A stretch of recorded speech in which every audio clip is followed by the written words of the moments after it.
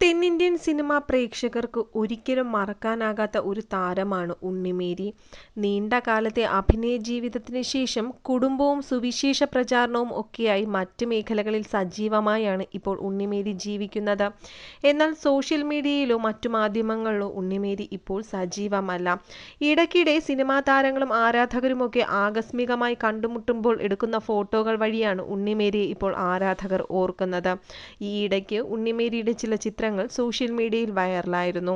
ഓമനത്തം തുളുമ്പുന്ന മുഖവുമായി 1969 നവവധുവിലൂടെയാണ് ബാലനടിയായി ഉണ്ണിമേരി സിനിമയിലേക്ക് എത്തുന്നത്.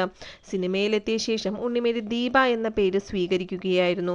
പിന്നീട് നായികാ നിരയിലേക്ക് ഉയർന്ന താരം ഗ്ലാമർ വേഷങ്ങളിലൂടെയും അഭിനയ പ്രാധാന്യമുള്ള കഥാപാത്രങ്ങളിലൂടെയും തെന്നിന്ത്യൻ സിനിമാ ലോകത്തെ താരസുന്ദരിയായി തന്നെ വളരുകയായിരുന്നു.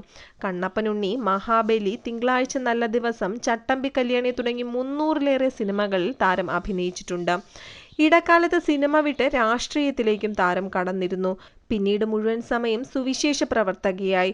ഇപ്പോൾ കുടുംബത്തോടൊപ്പം എറണാകുളത്താണ് ഉണ്ണിമേരിയുടെ താമസം. സോഷ്യൽ മീഡിയയിൽ ഒട്ടും സജീവമല്ലാത്ത താരത്തിന്റെ ചിത്രങ്ങൾ ഇടയ്ക്ക് ആരാധകർ സോഷ്യൽ മീഡിയയിൽ പോസ്റ്റ് ചെയ്യാറുണ്ട്. ഇപ്പോഴും ഉണ്ണിമേരിയുടെ വിശേഷങ്ങൾ കേൾക്കാൻ എല്ലാവരും വളരെ ആകാംക്ഷയോടെ തന്നെയാണ് കാത്തിരിക്കുന്നതും. 7-ാം വയസ്സിൽ സിനിമയിലേക്ക് എത്തിയ ഉണ്ണിമേരി പിന്നീട് നായികാ നിരയിലേക്ക് ഉയർന്ന താരം തന്നെയായിരുന്നു.